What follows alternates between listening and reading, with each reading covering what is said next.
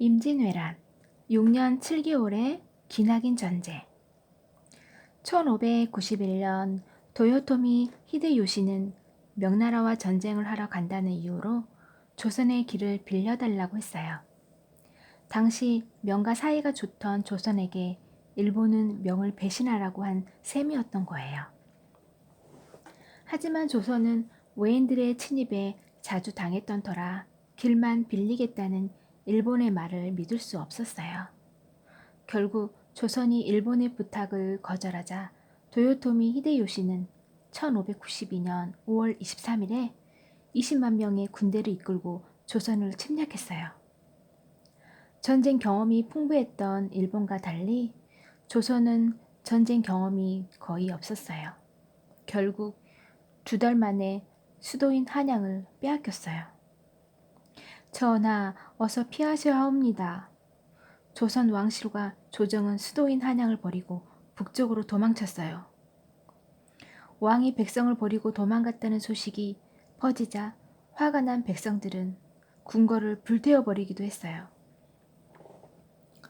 손조의 아들 광해군은 매우 용감했어요. 광해군은 각지를 돌아다니며 의병을 일으키고 왜군에 맞서 용감히 싸웠어요. 이수신 또한 연이어 승리를 거두며 왜군이 승승장구하던 전세를 뒤바뀌었어요. 전쟁이 길어질 기미가 보이자 손조는 명의 도움을 요청했어요. 명이 10만 명의 군대를 보내자 기나긴 전쟁은 차츰 마무리되어는 것처럼 보였어요. 그러나 왜군은 조선과 화해하는 척하다가 15만 명의 부대를 이끌고 다시 공격을 했어요. 결국 이순신이 나서 500척의 전함을 물리치고 나서야 전쟁은 끝이 났어요. 이 전쟁을 임진왜란이라고 해요.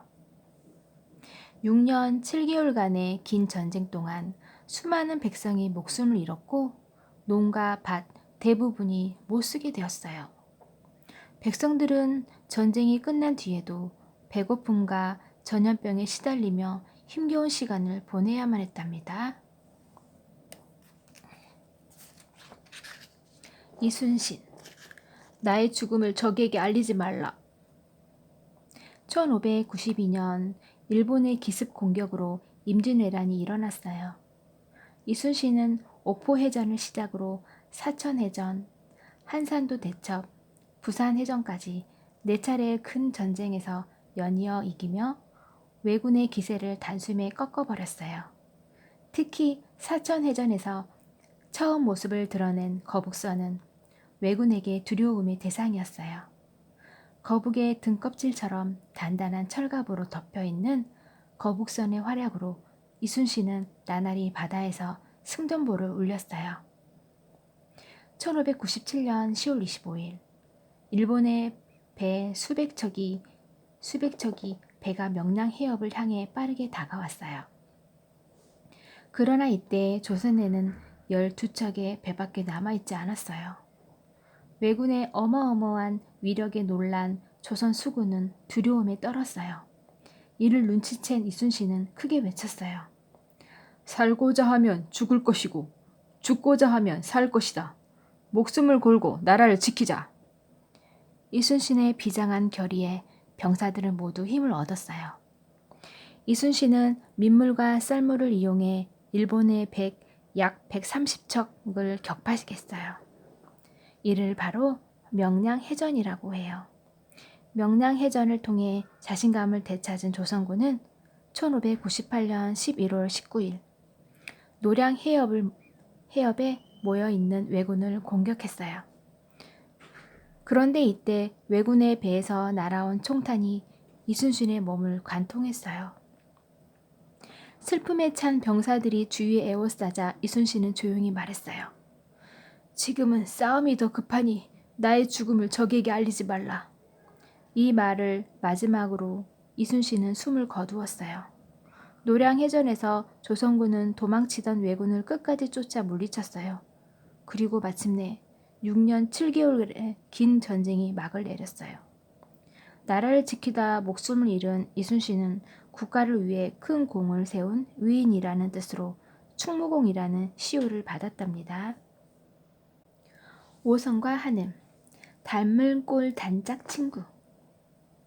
흔히 사람들은 실과 바늘처럼 붙어 다니는 사람들을 보면 오성과 한음 같다고 말을 하지요.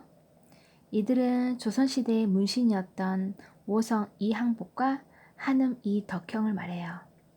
두 사람의 사이가 얼마나 각별했던지 두 사람에 대한 이야기가 많이 남아있답니다.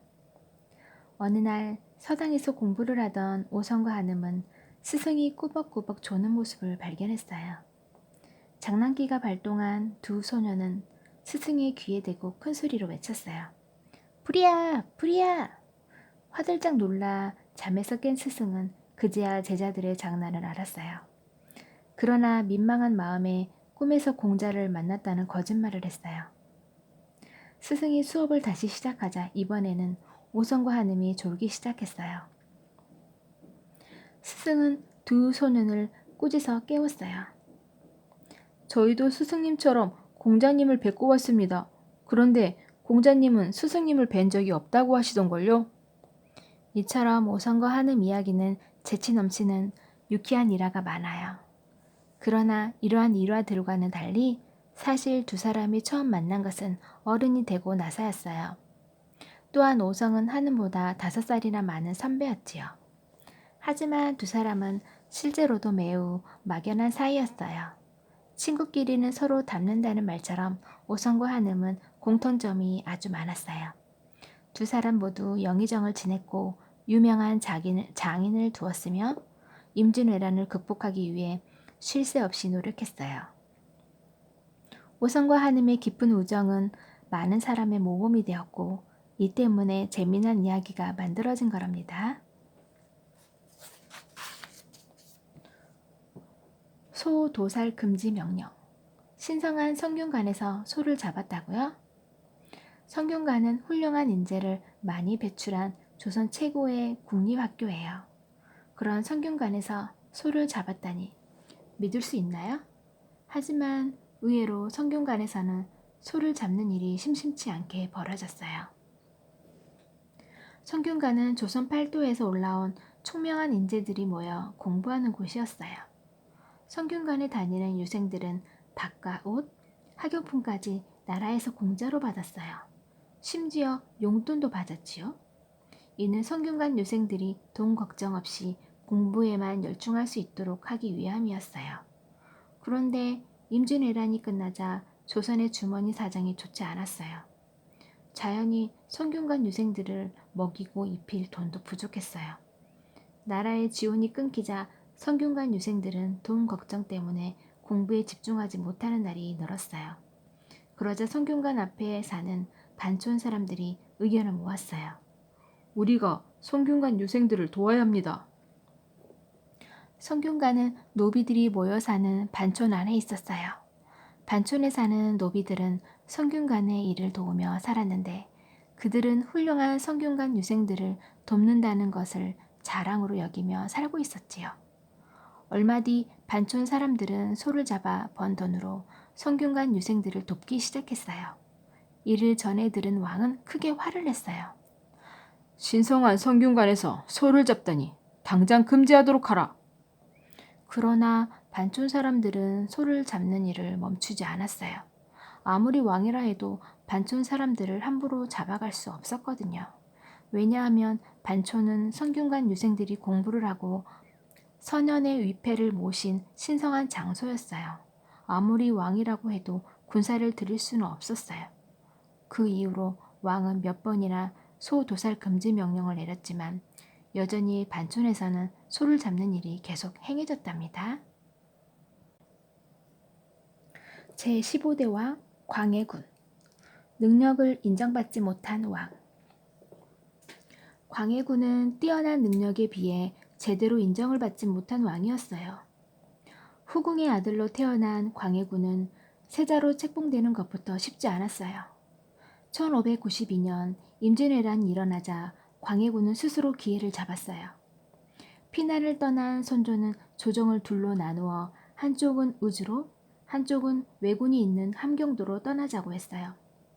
그러자 광해군은 왜군이 도사리는 위험한 함경도로 가겠다고 스스로 나섰어요. 왕자인 제가 함경도로 가 왜군을 물리치겠습니다. 광해군은 함경도를 비롯한 여러 지역을 돌아다니며 전쟁에 지친 백성들의 마음을 다독이고 왜군을 막았어요. 덕분에 백성들에게 열렬한 지지를 받아 1608년에 왕이 되었어요. 왕이 된 후에도 광해군의 영특한 지혜는 빛났어요. 당시 주변 나라의 상황은 매우 어지러웠어요. 명나라의 힘이 약해진 틈을 타 여진족들이 후금을 세워 명과 전쟁을 했거든요. 전하, 명에서 군대를 보내달라는 요청이 왔습니다. 광해군은 바로 결정을 내리지 않고 상황을 지켜봤어요. 무조건 명예 편만 들다가는 조선까지 후금의 적이 되어 전쟁에 휘말릴 것이다. 명예 기분을 상하지 않게 하면서 후금의 불만까지 막을 수 있도록 중립적인 태도를 취해라. 광해군의 예상대로 전쟁은 후금의 승리로 끝났어요. 오랜 시간 명과 친했던 조선은 자칫 후금에게 미움을 받을 수 있었지만 중립 외교 덕분에 후금과도 좋은 관계를 맺을 수 있었어요. 그런데 이 모습을 못마땅하게 지켜본 사람들이 있었어요. 평소 광해군에게 불만이 많던 서인들이었어요. 오랜 친구였던 명을 배신한 왕을 어떻게 믿고 따를 수 있단 말입니까? 결국 서인들은 인조 반정을 일으켜 광해군을 왕의 자리에서 쫓아냈어요. 중간에 쫓겨난 왕이라는 불명예는 광해군의 뛰어난 업적마저도 갉아먹었답니다.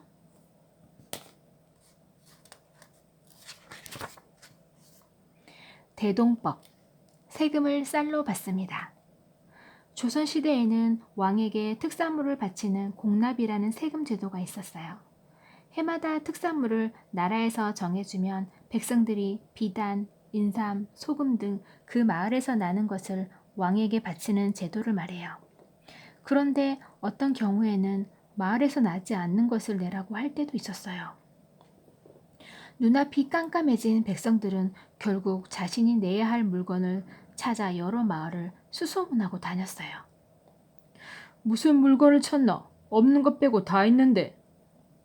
물건을 구하지 못해 발을 동동 구르는 백성들 앞에 박납상인이 슬며시 나타났어요. 박납상인은 공납에 내야 할 물건을 대신 구해주는 사람이었어요. 백성들은 지푸라기라도 잡는 심정으로 박납상인들에게 큰 돈을 주고 물건을 구해달라 부탁했어요. 그런데 막상 백성들이 물건을 받을 때가 되면 박납상인들은 이 핑계에 저 핑계를 대며 돈을 더 요구했어요. 이처럼 공납의 문제가 나날이 심각해지자 광해군은 고민에 빠졌어요. 그리고 긴 고민 끝에 대동법을 선포했어요. 이제부터 모든 세금을 쌀로 받겠다. 대동법이란 쌀로 세금을 바치게 한 제도로 넓은 땅을 가진 사람은 쌀을 많이 내고 땅이 없는 사람은 쌀을 적게 내도록 했어요. 대동법이 시행되자 땅을 많이 가진 양반들은 크게 반발했어요. 하지만 광해군은 아랑곳하지 않고 공납의 문제가 가장 심각했던 경기도부터 대동법을 시행하기 시작했어요. 그 결과 나라의 수입이 증가하고 농민의 부담이 크게 줄었어요.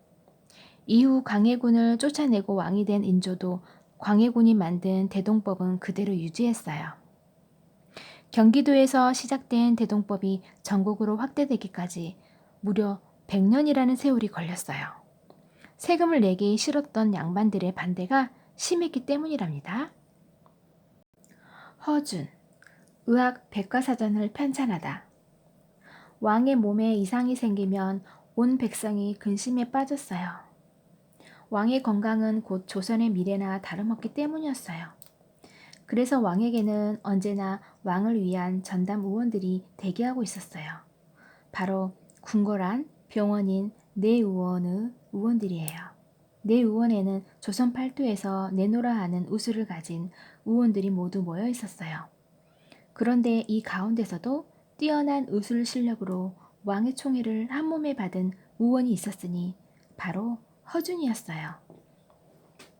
1590년 왕세자 광해군이 심각한 병에 걸리자 아버지인 선조는 단단히 화가 났어요. 의원들은 세자의 병을 고치지 않고 뭘 하고 있는 것인가? 하지만 세자의 병이 너무나 깊어 의원들 중 누구도 쉽게 나서지 못하고 눈치만 살폈어요. 이때 허준이 손을 번쩍 들고 나섰어요.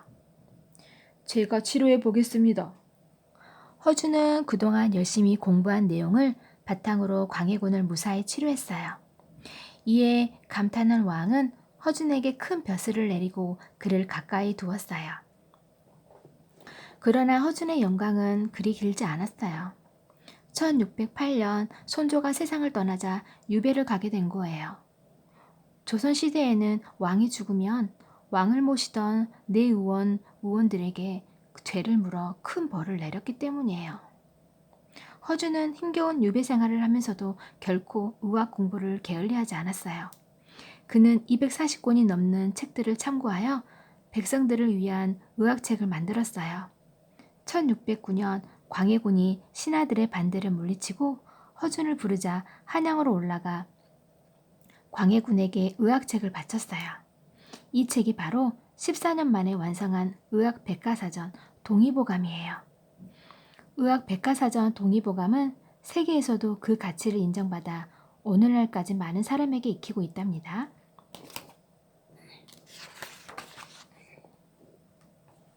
칠서지옥. 서얼들은 왜 아버지를 아버지라 부르지 못했나요? 조선에는 아버지를 아버지라 부르지 못하고 형을 형이라 부를 수 없는 사람들이 있었어요. 바로 서얼이었어요. 서얼은 양반인 아버지와 첩인 어머니 사이에서 태어난 자식을 말해요. 어머니의 신분 때문에 서얼은 정식 아들로 인정받지 못했어요. 또한 과거 시험도 허락되지 않아 아무리 똑똑해도 출세를 할 수 없었어요. 이대로 억울하게 살 순 없어. 1608년 전국에 있는 서얼들은 왕에게 편지를 보냈어요. 서울에 대한 차별을 멈추고 과거 시험을 볼 수 있게 해주십시오. 하지만 많은 신하의 반대로 서얼들의 부탁은 받아들여지지 않았어요. 모든 계획이 물거품으로 돌아가자 서얼들은 크게 분노했어요. 끝까지 우리를 무시하는군. 어차피 누구에게도 인정받지 못하는 몸, 삐뚤어져 버릴 테다. 평소 처지가 같아 자주 얼려다니던 7명의 서얼은 왕에게 큰 불만을 품었어요. 그래서 전국 곳곳을 돌아다니며 백성들을 괴롭히고 돈을 빼앗았어요. 결국 얼마 지나지 않아 7명의 서얼은 포도청에 끌려왔어요. 그런데 서얼들은 조사하던 중 그들이 광해군을 왕의 자리에서 몰아내려고 할 계획이 밝혀졌어요. 조선은 발칵 뒤집혔어요. 결국 7명의 서얼은 물론 그들과 관련이 있는 사람들은 모두 큰 벌을 받거나 유배를 떠났어요. 이 사건을 7명의 서얼이 옥에 갇힌 일이라고 하여 칠서지옥이라고 불러요. 한편 이 사건을 날카롭게 지켜보던 사람이 있었어요. 바로 허균이었어요. 평소 서얼들과 친분이 있었던 허균은 서얼들의 삶에 대해 누구보다 잘 알고 있었어요. 억울하게 차별받은 서울들의 이야기를 사람들에게 알려야겠어. 그리하여 허균의 손에서 탄생한 것이 바로 홍길동전이었답니다. 허난설현. 외로워도 슬퍼도 시를 지는 여인이 있었다고요? 홍길동전을 쓴 허균에게는 난설현이라는 누이가 있었어요. 허난설현은 여성이 글을 배우는 것조차 어려웠던 조선에서 여성으로서 훌륭한 시를 많이 남겼어요. 허난설현은 어린 시절에 글방 앞을 기웃거리며 오빠와 남동생의 어깨 너머로 글을 배웠어요. 그리고 8세가 되던 해에 뛰어난 한시를 지어 주변 어른들을 깜짝 놀라게 했어요. 그러나 글짓기 신동으로 소문난 허난설현도 조선 여성의 법도에서 자유로울 수 없었어요.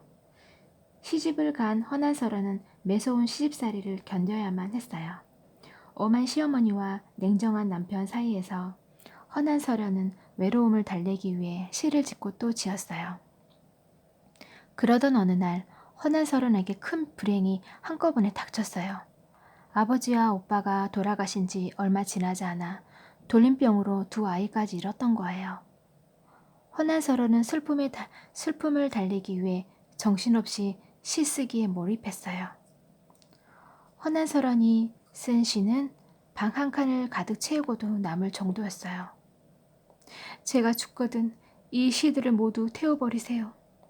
가족을 잃은 슬픔에 시름시름 앓던 허난서런은 결국 27세의 꽃다운 나이로 목숨을 거두었어요. 그러나 남동생인 허규는 누이의 시가 사라지는 것이 안타까웠어요. 누이의 작품을 이대로 사라지게 할 순 없어. 결국 허규는 허난서른이 친정에 남겨둔 시와 자신이 외워두었던 시를 모아 난설헌집을 펴냈어요. 그리고 1606년 명나라 사신들에 의해 난설헌집은 중국으로 전해져 큰 인기를 끌었어요. 허난서른은 꿈을 마음껏 펼치지도 못한 채 사라졌지만 그녀가 남긴 시는 지금까지 많은 사람에게 감동을 전하고 있답니다.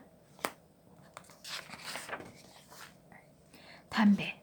호랑이가 담배 피우던 시절은 언제인가요? 할머니 할아버지가 옛날 이야기를 들려줄 때는 꼭 이렇게 시작해요. 옛날에 적 호랑이가 담배 피우던 시절에. 호랑이가 담배를 피우던 시절은 대체 언제일까요? 우리나라에 처음으로 담배가 들어온 시기가 아닐까요? 1612년 무렵 담배는 바다 건너 일본을 통해 우리나라에 들어왔어요. 담배를 피우기 위해서는 담뱃잎을 담을 수 있는 담뱃대가 필요했는데 길이가 긴 것은 장죽, 반대로 길이가 짧은 것은 곰방대라 불렀어요.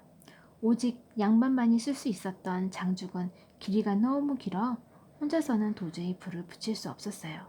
그래서 양반들은 담뱃불을 붙여주는 하인을 데리고 다니며 담배 시중을 들게 했어요. 남쪽에서 들어온 신령한 풀이라는 뜻으로 남영초라 불린 담배는 처음에 치료 효과가 있다고 잘못 알려졌어요. 몸에 해로운 담배가 가래를 없애고 소화를 잘 되게 해준다는 헛소문이 퍼진 거예요. 그래서 1622년 무렵에는 많은 사람이 담배를 피우기 시작했어요. 사람들이 만나면 서로 차와 술 대신 담배를 권할 정도였어요. 그래서 담배는 연기차 혹은 연기술이라고 불렀어요. 이때는 담배가 얼마나 해로운지 제대로 알려지지 않았던 거예요. 얼마 지나지 않아 담배 때문에 고통받는 조선 사람들이 점점 늘어갔어요.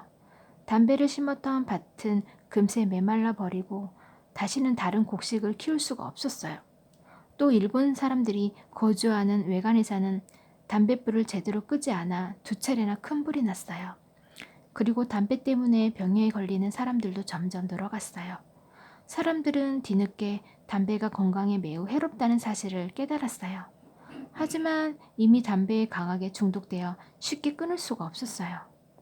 조선 사람들의 건강을 해치고 삶까지 통째로 갉아먹은 담배, 정말 무섭지 않나요? 인조 반정. 왕이 궁궐담을 넘어 도망쳤다고요? 후궁의 아들이 왕이 되다니 인정할 수 없어. 신하들 가운데는 광해군이 왕이 된 뒤에도 그를 인정하지 않는 사람들이 많았어요. 그들은 호시탐탐 광해군을 내쫓고 광해군의 동생이자 왕비의 아들인 영창대군을 왕으로 만들려고 했어요. 그러던 1613년 칠서지옥 사건을 통해 영창대군을 왕으로 세우려 한 사람들이 드러났어요. 오랜 의심이 사실로 확인되자 화가 난 광해군은 동생 영창대군과 그를 따르던 무리들을 모두 없애버렸어요. 동생을 죽인 난폭한 형을 왕으로 모실 수는 없습니다. 이 일을 계기로 광해군에 대한 비판은 더욱 거세졌어요. 그런 가운데 광해군이 명나라를 무너뜨린 후군과 친하게 지내자 광해군을 못마땅하게 여기는 사람들이 더욱 늘어났어요. 결국 광해군의 사촌 능량군을 중심으로 광해군을 쫓아낼 움직임이 시작되었어요. 능량군을 앞세운 1400명의 군사들은 도끼로 창의 문을 부수고 궁궐로 쳐들어갔어요. 그리고 곧바로 궁에 불을 질렀어요. 백성들에게 반정이 성공했다는 것을 알리기 위함이었어요. 이글거리는 불길을 본 광해군은 자신의 운명을 예감했어요. 광해군은 곧장 북문으로 달려가 담을 넘어 도망쳤어요. 이로써 능량군의 계획은 성공한 것처럼 보였어요. 그러나 끝까지 마음을 놓을 수는 없었어요. 할머니인 인목대비의 허락이 필요했기 때문이에요. 인목대비는 눈을 질끈 감은 채 입을 열지 않았어요. 시간이 흐를수록 능량군의 마음은 점점 초조해졌어요. 다음날 아침, 마을에 숨어있던 광해군이 끌려왔어요. 그제야 인목대비는 긴 침묵을 끝냈어요. 옥새를 가져오시게. 마침내 인목대비에게 왕의 도장인 옥새를 건네받은 능량군은 왕위에 올랐어요. 그가 바로 제16대 왕 인조랍니다. 왕들의 묘호. 광해군은 왜 왕이 아닌 군인가요? 태조, 중종, 명종, 선조. 왕들의 이름에는 어떤 공통점을 찾았나요? 맞아요. 왕들의 이름은 조나 종으로 끝나요. 이렇게 조나 종으로 끝나는 왕의 이름을 묘호라고 하지요. 묘호는 왕이 죽은 뒤 후손들에 의해 붙여지는 이름이에요.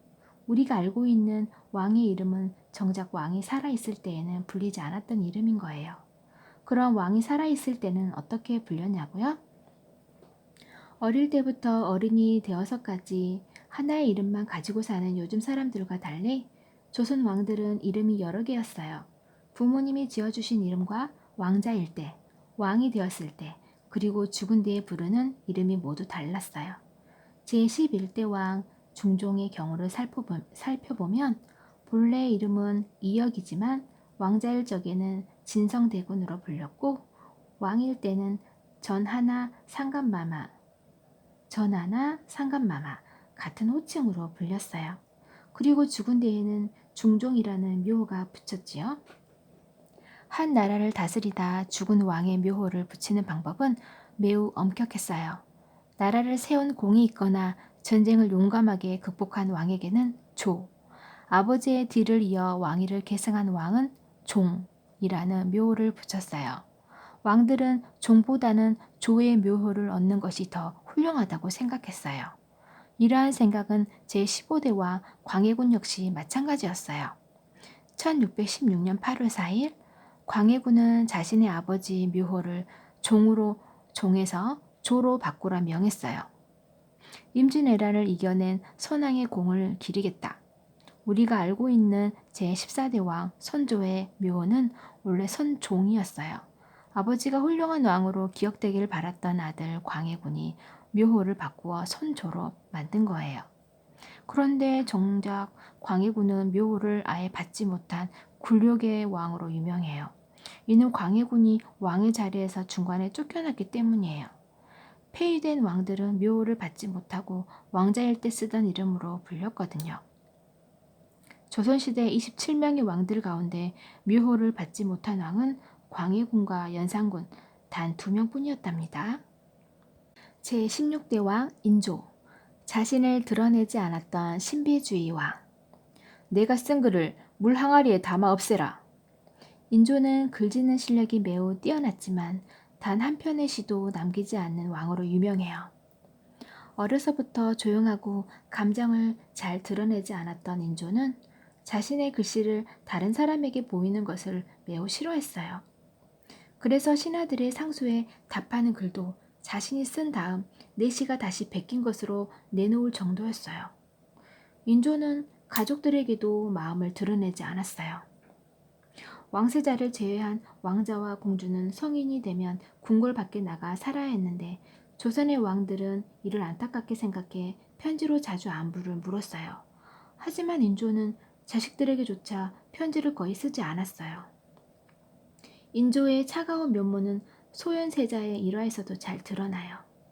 병자호란으로 청나라의 인질로 끌려갔던 큰아들 소현세자는 무려 8년 만에 조선으로 돌아왔어요.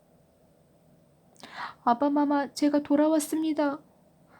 소현세자는 벅차오르는 마음을 주체하지 못하고 인조에게 달려갔어요. 하지만 정작 아버지 인조의 반응은 차갑기만 했어요. 청의 물물을 접한 똑똑한 큰아들이 자신을 몰아내고 왕이 될지도 모른다고 생각했기 때문이었어요. 이처럼 인조는 자신의 감정을 잘 드러내지 않았지만 권력욕은 누구보다 강한 왕이었어요. 광해군을 왕에서 몰아낸 뒤에도 안심이 되지 않아 몇 번씩이나 그를 죽이려고 시도할 정도였어요. 인조가 조선을 다스리는 동안 백성들의 근심은 끊이지 않았어요. 즉위한 지 1년 만에 이괄의 난이 일어났고 정묘호란과 병자호란까지 겪으며 백성들은 하루도 마음 편할 날이 없었답니다.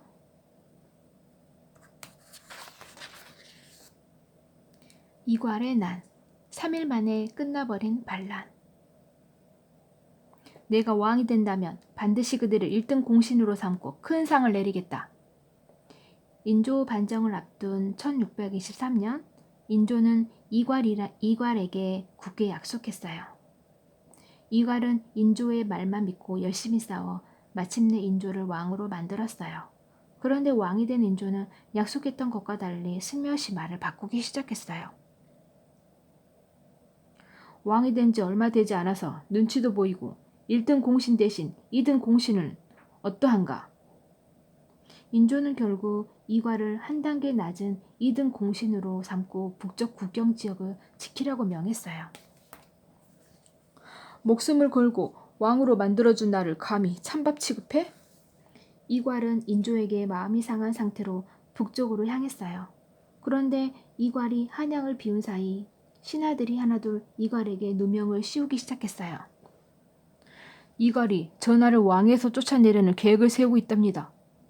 신하들과 이괄 사이에서 눈치를 살피던 인조는 이괄 대신 이괄의 아들을 잡아오라고 말했어요. 군사들이 자신의 아들을 잡으러 오자 이괄은 더욱 참을 수가 없었어요. 이괄은 결국 아들을 잡으러 온 금부도사를 죽이고 반란을 일으켰어요. 이괄이 한양을 향해 다가오자 겁에 질린 인조는 공주 지역으로 도망을 갔어요. 마침내 한양을 차지한 이괄은 손조의 10번째 아들인 흥안군을 새로운 왕으로 세웠어요. 이로써 이괄과 인조의 싸움은 이괄의 승리로 끝나는 듯 보였어요. 그러나 이괄의 세상은 3일도 지나지 않아 끝나고 말았어요. 인조가 보낸 군대와 치열한 전투를 벌이던 이괄은 결국 크게 패하여 죽고 말았어요.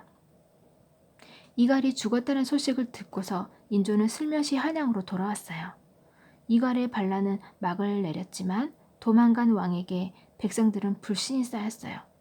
그리고 북쪽 국경을 지키던 이괄이 군대를 모두 끌고 한양으로 와서 후금이 정묘호란을 일으키는 계기가 되었답니다.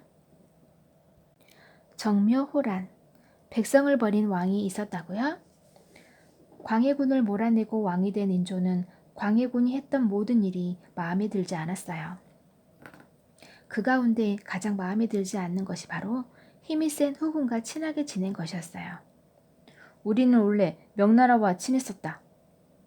명을 공격한 후금을 이제 멀리하겠다. 이를 전해 들은 후금의 심기는 매우 불편했어요. 그래서 후금은 인조를 혼낼 기회를 호시탐탐 노렸어요. 1627년 이괄의 난이 일어난 조선의 북쪽 국경에 군사가 부족하다는 정보를 후금이 알게 되었어요. 후금의 장수 아미는 군사 3만 명을 이끌고 조선으로 들어섰어요. 인조는 깜짝 놀라 후금의 군대를 막으려고 했어요.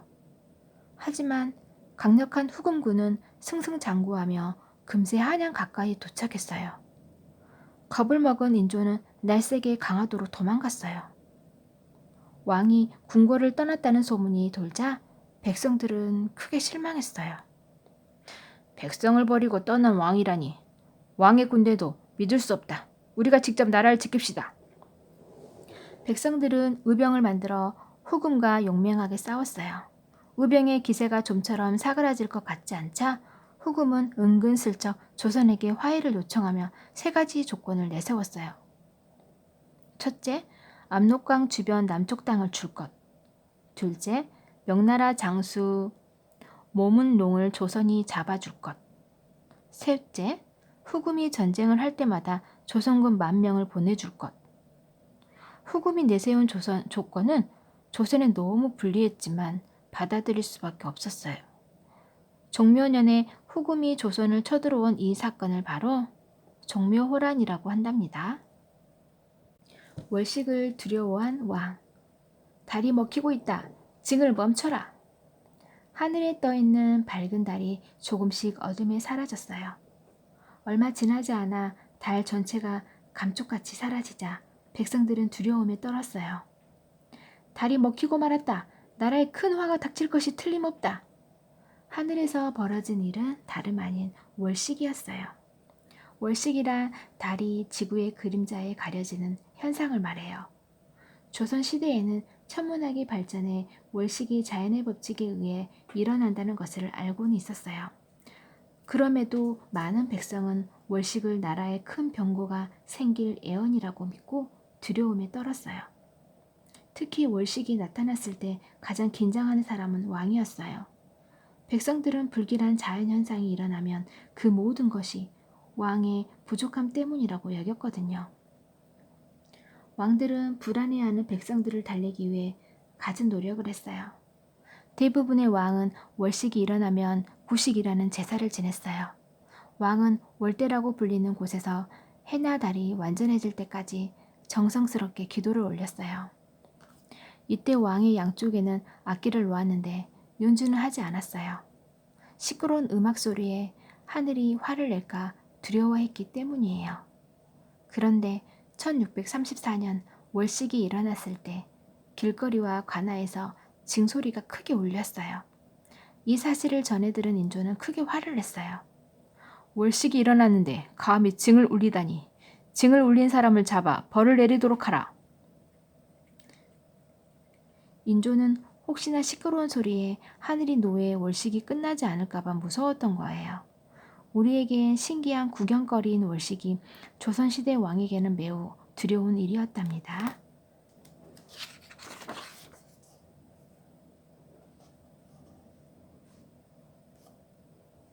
병자호란 삼전도의 굴욕. 전하, 후금이 또 변방에 쳐들어왔다 하옵니다. 후금의 침입 소식을 들은 인조는 마음이 무거웠어요. 후금은 자신들의 힘이 얼마나 센지 보여주며 조선을 신하의 나라로 만들 계획이었거든요. 그러던 어느 날 인조의 비 한씨가 세상을 떠나자 후금 사신들은 위로를 핑계로 인조를 찾아왔어요. 우리가 이렇게 조문을 왔으니 조선의 왕은 신하로서 예의를 갖추도록 하라.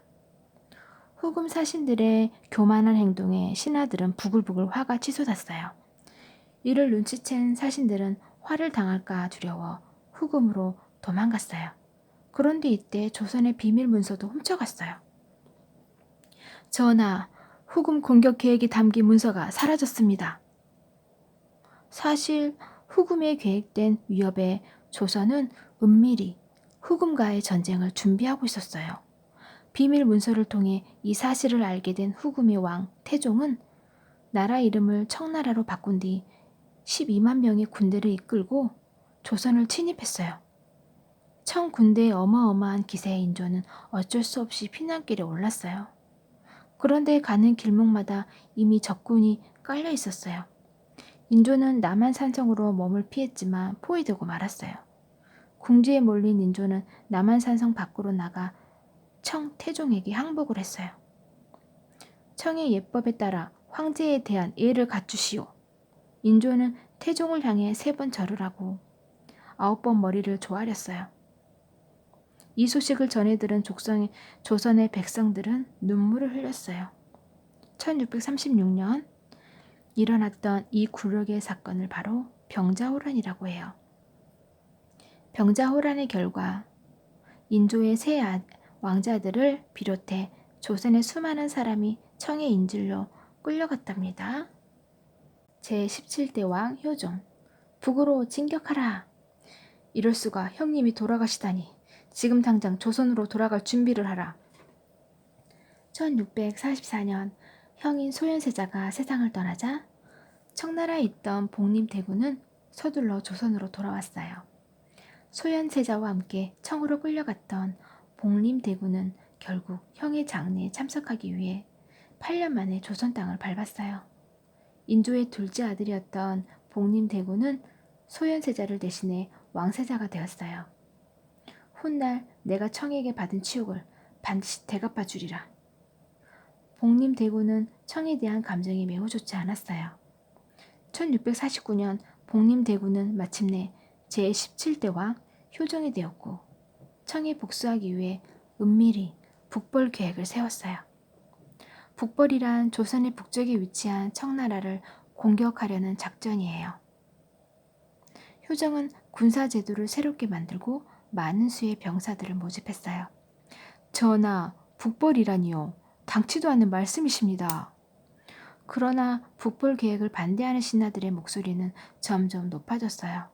그 가운데 청에게 빌부터 권력을 휘두르던 김자점은 효정의 작전을 청에 몰래 고자질하기까지 했어요. 이 일을 계기로 청의 감시가 심해지자 효정은 어쩔 수 없이 북벌 계획을 잠시 중단해야 했어요. 그러나 뜻을 굽힌 것은 아니었어요. 효정은 청이 없는 무기를 새로 만들고 귀화한 네덜란드인 박연애에게 서양식 무기 만드는 법을 배우도록 했어요. 그러나 효정의 의지와 달리 상황은 어렵게만 흘러갔어요. 청의 기세는 나날이 높아졌고 신하들의 반대 또한 점점 심해졌어요. 결국 효정은 그토록 바라던 북벌의 뜻을 펼쳐보지도 못하고 1659년에 갑작스럽게 숨을 거뒀어요. 효정이 죽자 북벌 계획 역시 하루아침에 사라져버렸답니다.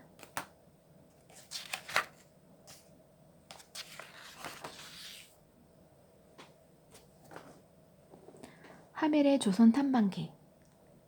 제주도에 푸른 눈의 사나이가 나타났다고요? 푸른 눈에 사람이 나타났다. 제주도 바닷가에 푸른 눈을 가진 네덜란드인 하밀이 나타나자 사람들이 구름대처럼 몰려들었어요.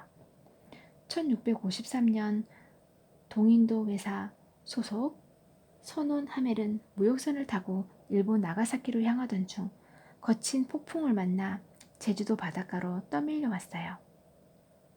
이 소식을 전해 들은 효정은 하멜과 22명의 소년들을 한양으로 불러들였어요. 그런데 한양에 간 하멜 앞에 나타난 것은 다름 아닌 같은 네덜란드인 박연이었어요.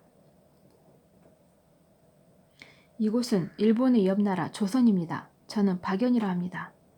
박연은 하멜보다 먼저 조선에 온 네덜란드인이었어요. 그도 하멜처럼 바다 위를 표류하다 조선에 도착했는데 아예 조선에 귀화해 훈련 도감에서 무기를 만드는 일을 하고 있었어요. 같은 네덜란드인을 만난 하멜은 반가움에 눈물을 흘렸어요. 그러나 곧 그에게 왕의 말을 전해 듣고 그대로 얼어붙고 말았어요. 조선은 이방인을 돌려보내지 않습니다. 다시는 네덜란드로 돌아가지 못할 것입니다. 하멜과 선원들은 조정의 감시를 받으며 박연에게 조선의 문화에 대해 배웠어요. 나중에 하멜과 선원들은 각각 남원, 순천, 좌수영 세 곳으로 나뉘어 흩어졌어요. 1666년에 계속 때를 기다렸던 하멜은 8명의 선원들과 함께 배를 타고 탈출했어요. 그리고 마침내 1668년에 네덜란드에 도착했어요. 고향을 떠난 지 15년 만의 일이었어요. 네덜란드로 돌아간 하멜은 조선에 머무르는 동안 썼던 기록들을 하멜 표류기와 조선 왕국기로 세상에 발표했어요. 이는 유럽에 조선의 존재를 알린 계기가 되었을 뿐만 아니라 외국인의 시선으로 본 조선의 모습을 자세히 알 수 있는 귀중한 자료로 인정받고 있답니다. 효정의 죽음. 수전증 의관이 왕에게 침을 놓았다고요? 1659년 5월 효정은 갑작스럽게 세상을 떠났어요. 사실 효정의 죽음에는 이상한 점이 많았어요. 북벌이라는 큰 꿈을 가졌던 효정은 평소 신하들과 사이가 좋지 않았는데 그런 효정이 갑자기 숨을 거두었기 때문이에요. 1659년 4월 27일 효정의 머리에 작은 종기 하나가 솟아났어요. 어이에게 머리에 난 종기를 살피게 하라. 효정의 명령에 궁중의원 신가기와 유후성이 종기를 살폈어요. 먼저 신가기가 효정에게 말했어요. 전하, 침을 놓아서 종기에서 나쁜 피를 뽑아내야 합니다. 그러자 유후성이 깜짝 놀라 대답했어요. 아닙니다. 머리에는 함부로 침을 놓아서는 아니되옵니다. 두 의원이 서로 다른 의견을 내세우며 팽팽히 맞서자 효정은 고민에 빠졌어요. 그리고 잠시 뒤 신가기에게 침을 놓으라고 명했어요. 신가기가 효정의 명을 받들어 침을 놓자 종기에서 붉은 피가 흘러나왔어요. 그런데 시간이 지나도 피는 멈추지 않았어요. 당황한 궁중 의원들이 서둘러 피가 멈추는 약을 발랐지만 피는 여전히 그치지 않았어요. 결국 효정은 침을 맞은 지 몇 시간이 지나지 않아 한마디 유언도 없이 숨을 거두고 말았어요. 그런데 효정의 죽음에는 석연치 않은 부분이 있어요. 바로 효정에게 침을 놓았던 신가기가 손을 덜덜 떠는 병을 가졌다는 점이에요. 조선시대에는 왕의 몸에 작은 상처만 돼도 큰 벌을 받았어요. 그런데 왕의 머리에 침을 놓는 의원이 손을 떠는 병이 가졌다는 것이 이상하지 않나요? 그래서 백성들 사이에서는 효정과 사이가 좋지 않았던 신하들이 신가기를 시켜 효정을 죽인 것이라는 소문이 퍼졌어요. 하지만 아직까지 효정이 죽은 정확한 이유는 밝혀지지 않았어요. 그래서 여전히 효정의 죽음을 둘러싼 의견이 분분하답니다.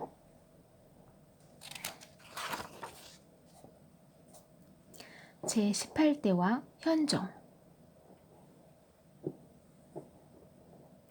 한 명의 왕비만 사랑한 왕. 조선의 왕은 부인이 아주 많았어요. 왜냐하면 아들이 많이 있어야 하기 때문이에요. 옛날에는 지금보다 사람의 수명이 훨씬 짧아서 아이를 낳으면 10살도 되지 못해 죽는 경우도 아주 많았거든요. 그래서 왕은 자신의 뒤를 이을 왕자를 가능한 많이 낳길 원했고 그런 이유로 여러 명의 부인을 두었던 거예요. 그런데 조선의 왕들 가운데 단 한 명의 부인만 사랑한 왕이 있었으니 바로 18대와 현종이었어요. 1651년 11살의 나이로 명성왕후와 결혼한 현종은 죽을 때까지 새로운 부인을 두지 않았어요. 자연히 자녀의 수도 다른 왕들에 비해 매우 적었어요. 보통 왕들에게 10명 정도의 아들이 있었던 것과 달리 현종은 단 한 명의 아들밖에 없었어요. 이 때문에 왕실 어른들과 신하들의 걱정이 많았어요. 하나밖에 없는 왕세자가 병에 걸려 죽기라도 한다면 대를 이을 왕자가 아무도 없었기 때문이에요. 전하, 후궁을 들이셔야 합니다. 왕실 어른들과 신하들의 압박은 점점 더욱 거세졌지만 현종은 끝내 후궁을 두지 않았어요. 부인인 명성왕후에 대한 사랑이 매우 각별했기 때문이에요. 현종이 후궁을 들이지 않는 이유는 또 있었어요. 현종이 재위한 15년 동안 조선은 쉴 새 없는 자연재해 때문에 마음 편할 날이 없었어요.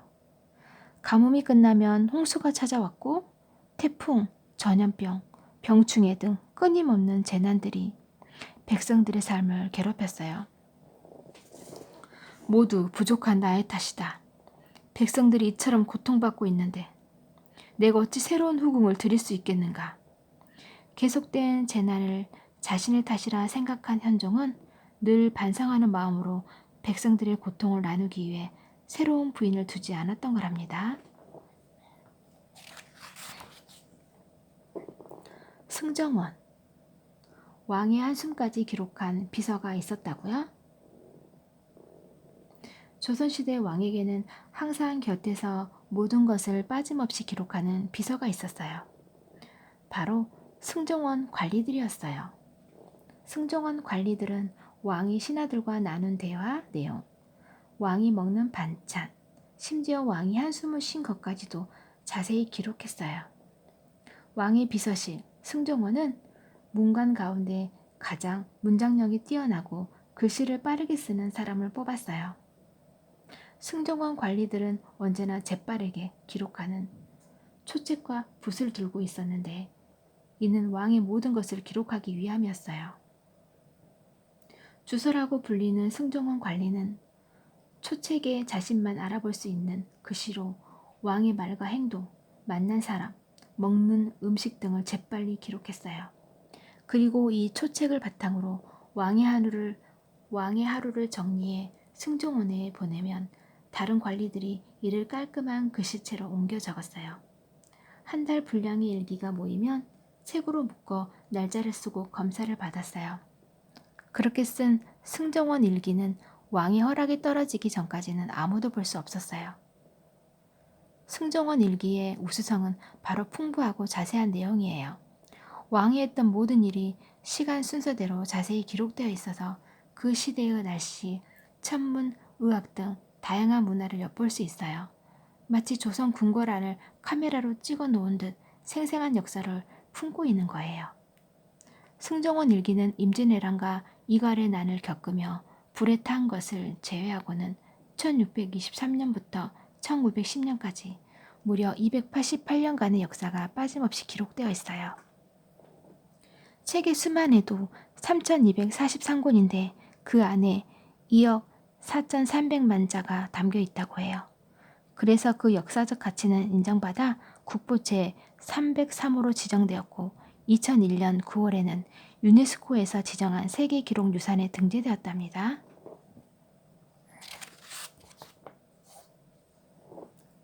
왕세자의 교육법 24시간이 모자라. 왕의 아들 중에서 장차 왕의 자리를 이어받을 왕자를 왕세자라고 해요. 한 나라를 다스릴 운명을 지닌 왕세자는 어떤 방법으로 공부를 했을까요?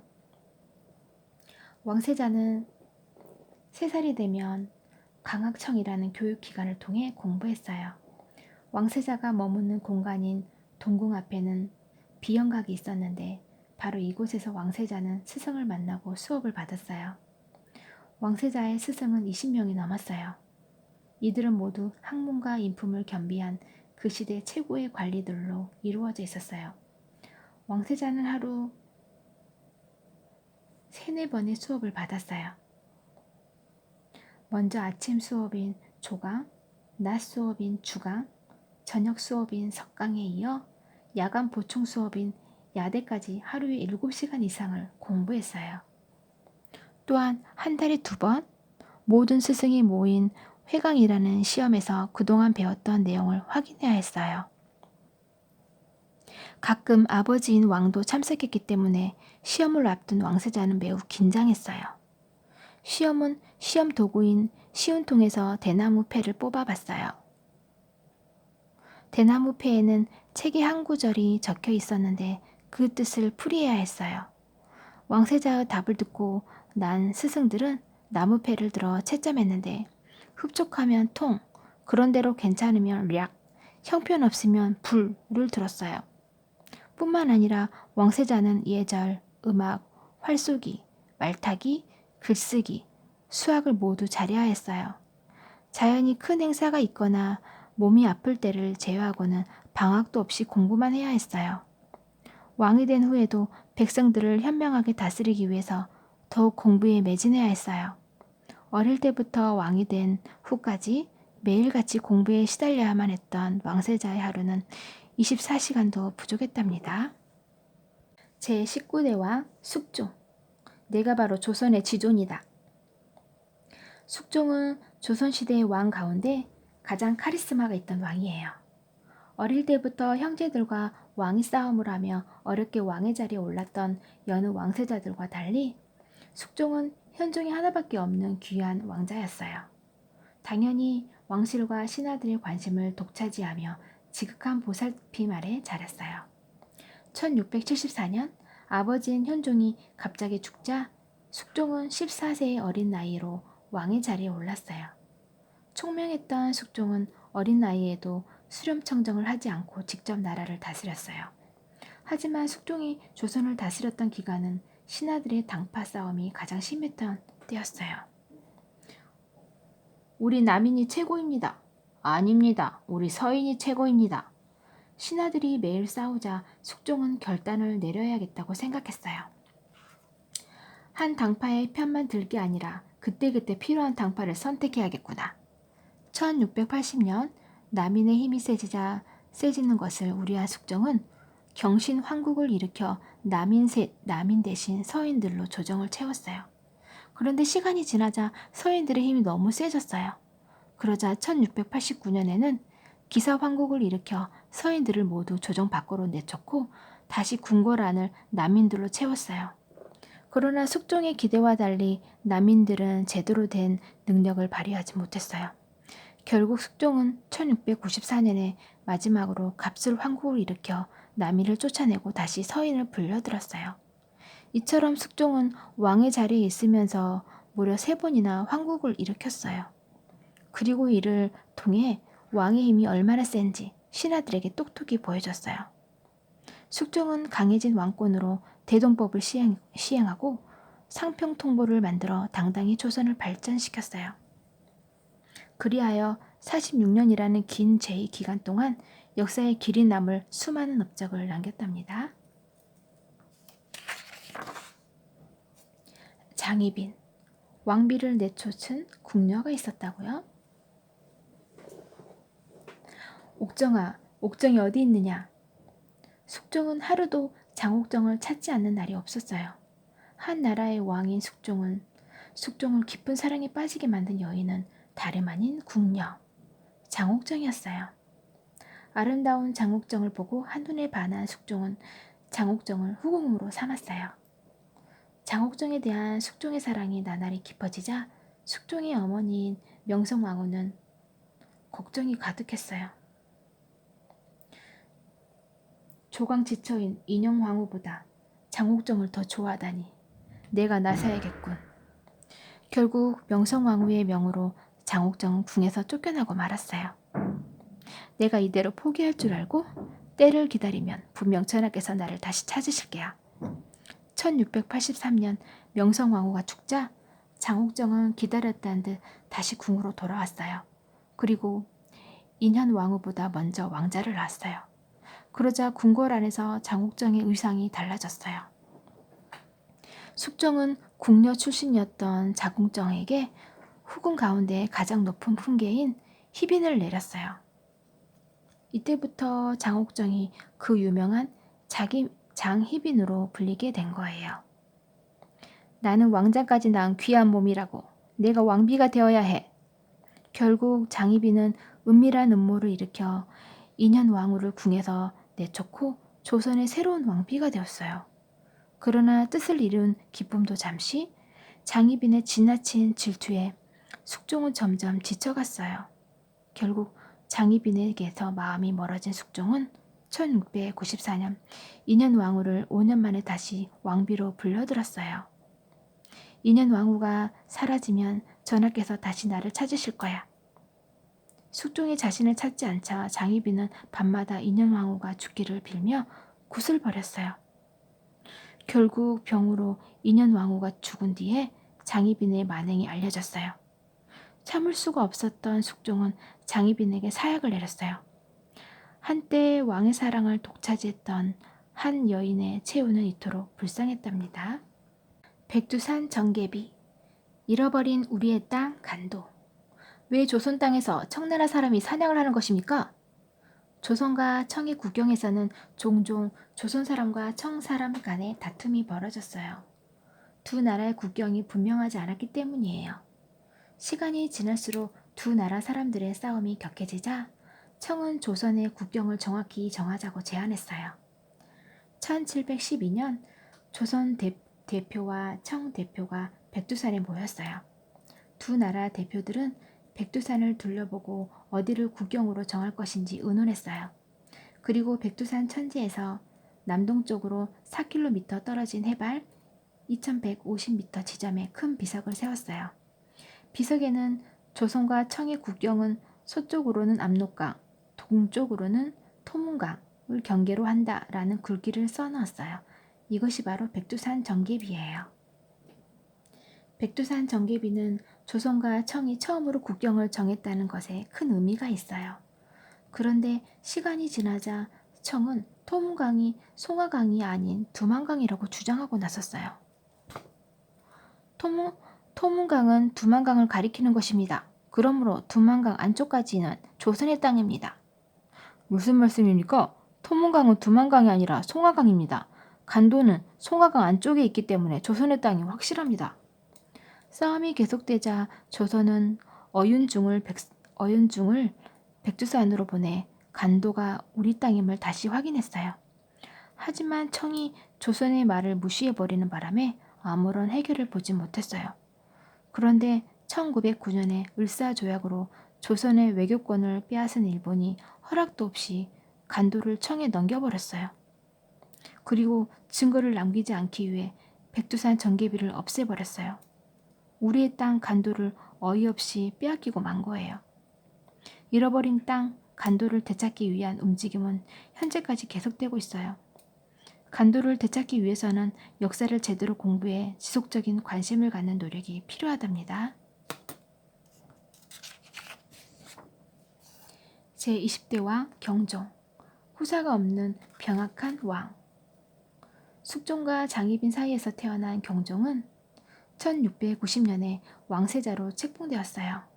하지만 경종이 왕세자가 되자 기다렸다는 듯 신하들의 반대가 빗발쳤어요. 궁에서 쫓겨난 장희빈의 아들이 왕세자라니 말도 안 됩니다. 특히 서인들이 경종을 극심하게 반대하고 나섰어요. 하지만 아버지인 숙종의 결단으로 경종은 결국 조선의 왕세자가 되었어요. 1701년 14살이었던 경종은 자신의 친어머니인 장희빈에게 사약을 내려줬다는 소식을 듣고 깜짝 놀랐어요. 제발 어머니를 살려주시옵소서. 경종은 어머니를 살리기 위해 눈물로 호소했지만 결국 장희빈은 사약을 받아 비참하게 세상을 떠났어요. 어머니인 장희빈이 죄인의 신분으로 죽고 동생 영인군이 태어나자 경종의 운명은 매우 위태로워졌어요. 세자가 왕이 되면 분명 어머니의 복수를 할 것입니다. 세자가 왕이 되지 못하도록 막아야 합니다. 경종의 복수를 두려워한 신하들은 동생 영인군을 왕의 자리에 앉히려 했어요. 그러나 경종은 숙종이 아파 누워있는 3년 동안 숙종을 대신해 신중히 나라를 다스렸어요. 1720년 결국 능력을 인정받은 경종은 제20대 왕의 자리에 올랐어요. 그러나 경종의 고난은 이제부터 시작이었어요. 목소리가 큰 신하들은 하루가 멀다 하고 다투었고 동생인 영인군은 호신탐탐 왕의 자리를 노렸어요. 결국 어릴 때부터 병약했던 경종은 왕의 자리에 있으면서 점점 건강이 나빠졌어요. 그러다가 왕이 된 지 4년 만인 1724년 병에 걸려 세상을 떠나고 말았어요. 2명의 부인이 있었지만 대를 이을 자식 하나 남기지 못한 쓸쓸한 죽음이었답니다. 여기까지예요. 안녕.